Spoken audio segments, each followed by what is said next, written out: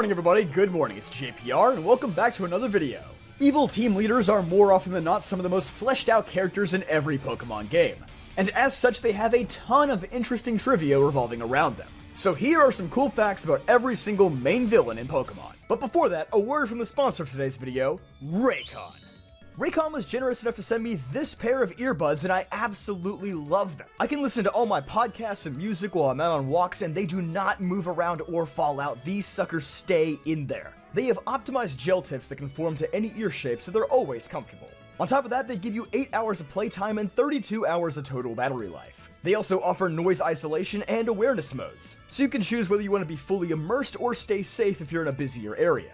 You can easily toggle these modes by just pressing down on the right earbud for 3 seconds. It's super simple.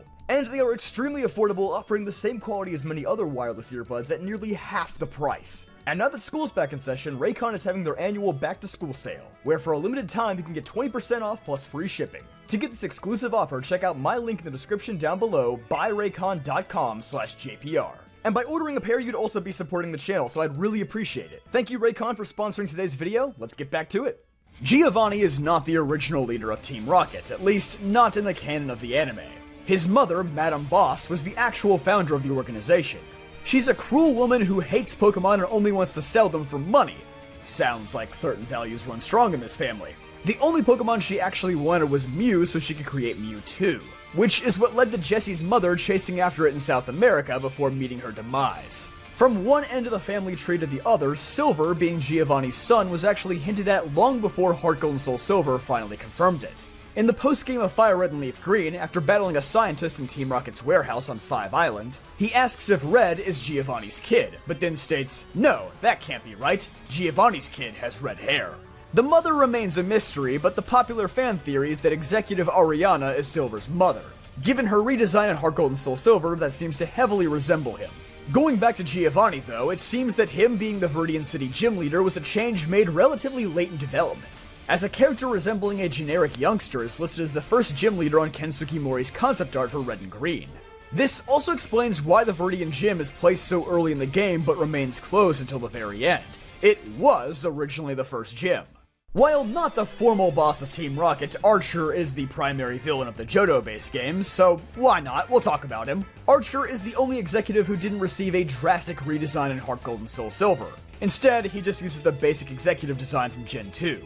But since Archer wasn't an officially named character in Gen 2, this did create some confusion on the manga end of things. His original manga counterpart was named Carl, and similarly used a Houndoom and oversaw the new branch of Team Rocket established in Johto. But after Heart Gold and Soul Silver's release, Archer would formally debut in the manga, while Carl never returned. Him and all the other executives are instead treated as brand new characters in this timeline. As for Maxie and Archie, a grunt in the Magma hideout in Omega Ruby states that they used to be on the same team in the past. It's not made clear whether this team was Team Magma, Aqua, or something entirely different. This is ironic considering in Pokemon Legends Arceus it seems to be implied that their families have been beefing for generations, as it appears that Maxie's ancestor was the founder of the Diamond Clan, and Archie's ancestor founded the Pearl Clan. Maxie and Archie actually have unused trainer data in Ruby and Sapphire for a fight against them relatively early in the game.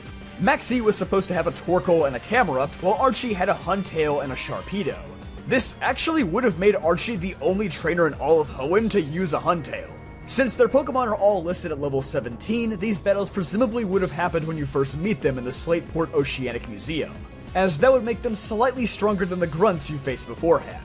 These battles may have been scrapped simply for being too challenging, as these Pokemon are absurdly strong for this point in the game. Archie also has the distinction of being the only evil team leader to meet a mythical Pokemon, at least in the core series timeline, as a picture in Shelly's room in Alpha Sapphire shows her and Archie playing with Jirachi as children. This is the only direct reference made to Jirachi in any of the Hoenn-based games, discounting the White Rock at the Mostique Space Center, which is a bit more abstract. This tidbit was recently used as the basis for an event in Pokemon Masters where Archie helps Tate befriend a Jirachi. Cyrus is so far the only evil team leader with an outright confirmed age of 27, as Looker delivers this information in Pokemon Platinum. Lusamine does say that she's over 40, but her exact age is never given.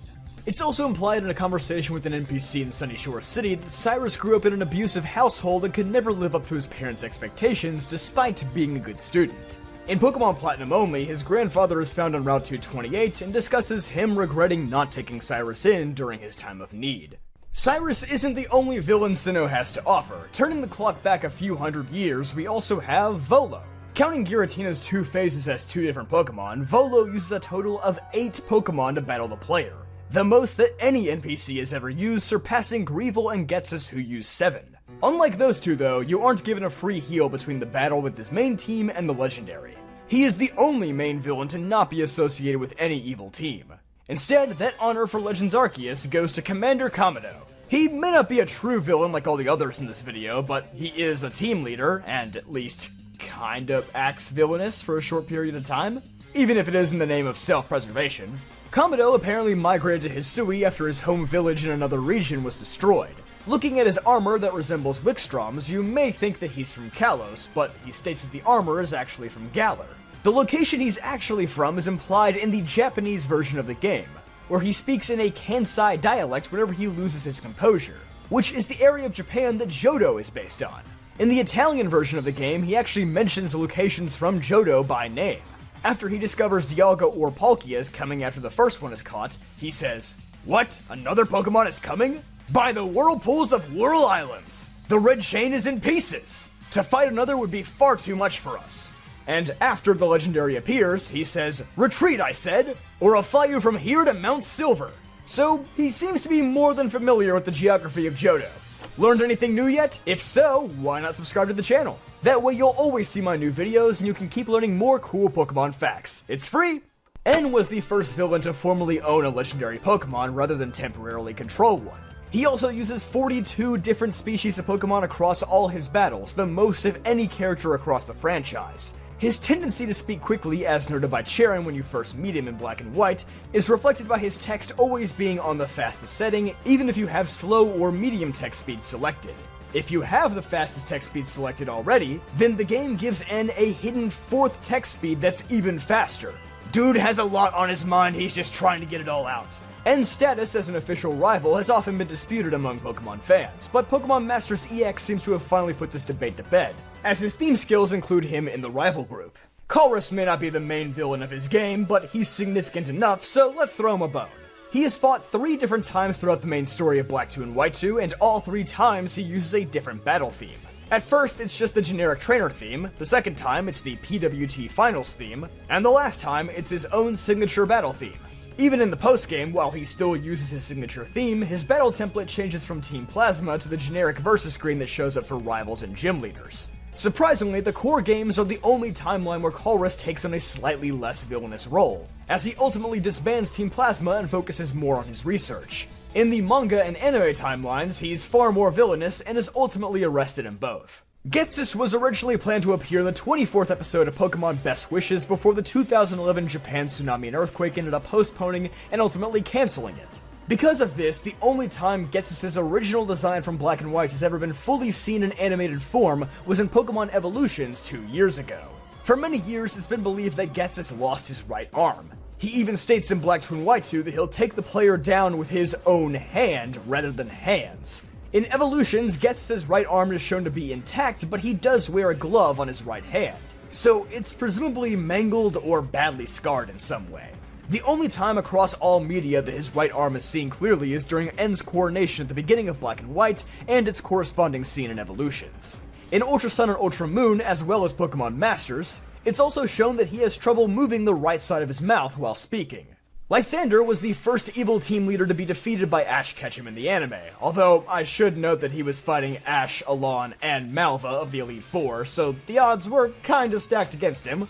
In the games, his cybernetic suit is meant to drain the power of Xerneas or Yveltal into the ultimate weapon, but in the anime, he uses it to control the Megalith and shoot beams of Mega Evolution energy, which he uses to try and steal Ash and Greninja's power from them. This scene had to be heavily censored in the English dub as it appeared that Ash was being crucified or tortured. In Guzma's battle theme, one motif is actually a slowed down version of the theme from the Aether Houses, subtly hinting to the connection between Team Skull and the Aether Foundation. Take a listen.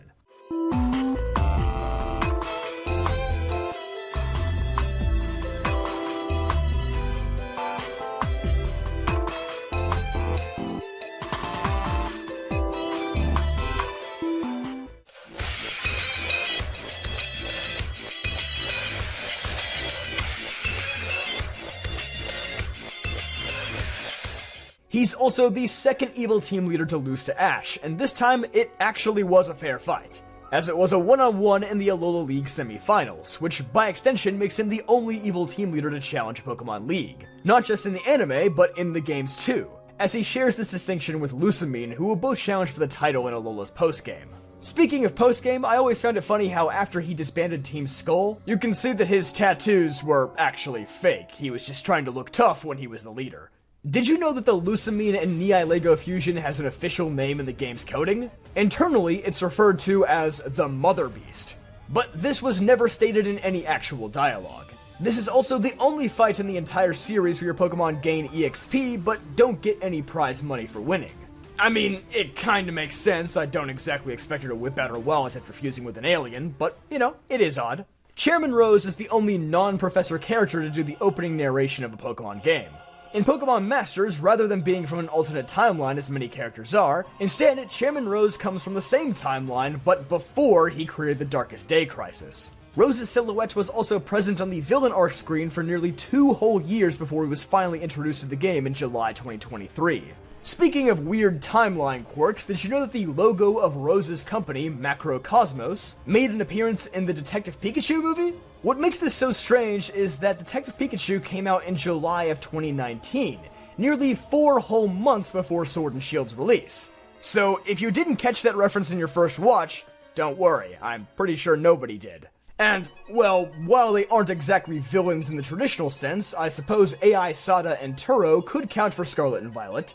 Seems like an obvious fact, but these are the first villains in the core series to be non-human. And like the other villains who appear in Ultra Sun and Ultra Moon, AI Sada and Turo keep all their Pokemon in Master Balls. This is actually the only time that a character who isn't from an alternate dimension possesses Master Balls. And with that, thanks for watching today's video. If you enjoyed, be sure to leave a like and subscribe for more videos just like this one. I'll see you guys next time.